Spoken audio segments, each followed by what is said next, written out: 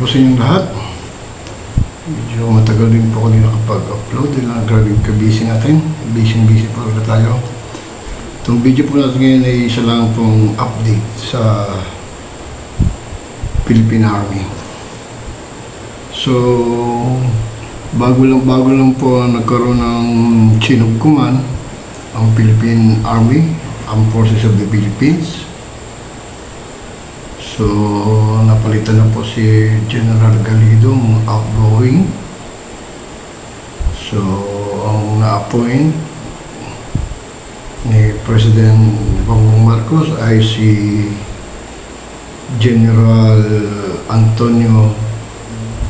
Lieutenant General Antonio J. Navarrete. Siya po ang bagong commanding general ng Philippine Army, Armed Forces of the Philippines.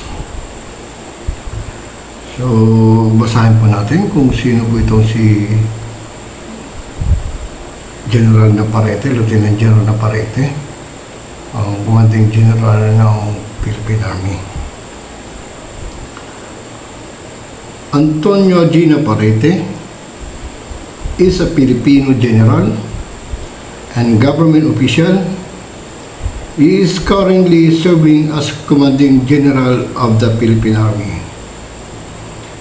Previously, he was the commander of Western Mindanao Command, o yun po tinatawag ng West Mincom dito sa Mindanao. So, ano yun po natin ang kanyang personal information. Ang complete name niya ay Antonio Gold G. Navarrete. Panganak po siya nung birth date niya ay 1969. Hometown, Philippines naman nakalagay. Education po niya ay Philippine Military Academy graduate or PMA Bigkis Lahi, class of 1990. So sa PMA po siya nagtapos bilang kadete hanggang second lieutenant at ngayon ay isa ng lieutenant general na commanding general ng Philippine Army. Siya po ang incoming, pumalit kay General Galido. Commanding General Philippine Army, appointed July 31, 2025. So late na ako. Former Commander Western Mindanao Command or West Mincom.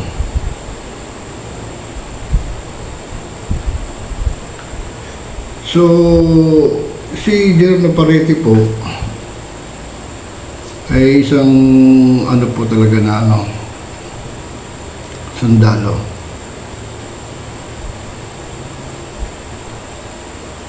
Talagang po siya. So basahin po natin ang ibang mga biography niya. Tingnan natin ang mga biography niya. Ganun pa rin yung biography niya. Yun lang talagang biography niya nakalagay dito eh. Very confidential po.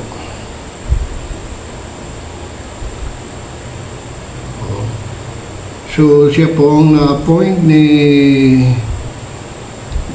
PBM or install new Army Chief, maintain full support for AP, Presidential Commission Office. In-announce na po ng Philippine Communication and Government. President R. Marcos Jr. on Thursday reiterated his full support for the Armed Forces of the Philippines, EAP, as he formally installed Lieutenant General Antonio Navarrete as the new commanding general of the Philippine Army. Ito. President Marcos expressed confidence that the Philippine Army will continue to stand as a pillar of strength, integrity, and professionalism. Ito, Tagalogin natin to. Kaya sa araw na ito, bilang inyong Commander-in-Chief, pinapangako ko na pagpatuloy natin at patitibayin pa natin ang ating sandatahang lakas. We owe you nothing less than our full support, President Marcos said. in his speech at the turnover command ceremony held at Philippine Army Headquarters in Fort Bonifacio, Taguig. Naparrete, now the General Lieutenant General Naparrete, now the 67th Commander of 110,000 strong Philippine Army. So ika 67 na po siya ng Commanding General ng Philippine Army. Succeeded Lieutenant 110,000 strong Philippine Army, succeeded Lieutenant General Roy Garrido. So yun po pinalitan niya, who stepped down upon reaching the mandatory retirement age of 57. So, dahil sa mandatory retirements, ang pumalit sa kanya po si General Antonio G. Naparrete. Basahin na lang na po natin to. You will be assuming your role at time when geopolitical tension and global uncertainty when geopolitical tension and global uncertainty are high. This will demand your vigilance and leadership to deliver clear direction and to show firm commitment, President Marcos said, addressing Naparrete. Ito ang sinabi niya. I have full confidence that under your command, the Philippine Army will remain steadfast as pillar of strength and integrity professionalism, the Commander-in-Chief said. Ito Naparrete previously served as Commander of EAP Western Mindanao Command, yung pong West Mincom, which is responsible for defense against communist insurgents and Islamic militants in the Zamboanga Peninsula, Central Mindanao, Basilan, Sulu, Tawi-Tawi, Lanao del Sur, and parts of Lanao del Norte. Naparrete, General Antonio G. Naparrete had also served as commander of the Army 6th Infantry Division, the military leading force provider in Central Mindanao. So, sa 6th Division, naging Division Commander din po ito bago siya naging West Mincom Commander. So, yun ang po ang update natin ngayon sa Forces of the Philippines.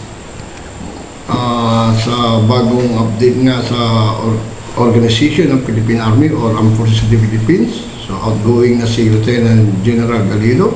Ang incoming ay si Lieutenant General Antonio G. Naparrete. Good luck, sir. Congratulations. And job well done. More power to you. Mabuhay po ang buong sandata ng Pilipinas o buong katihan ng Pilipinas. Maraming salamat. I salute you, sir. Thank you very much. Bye-bye.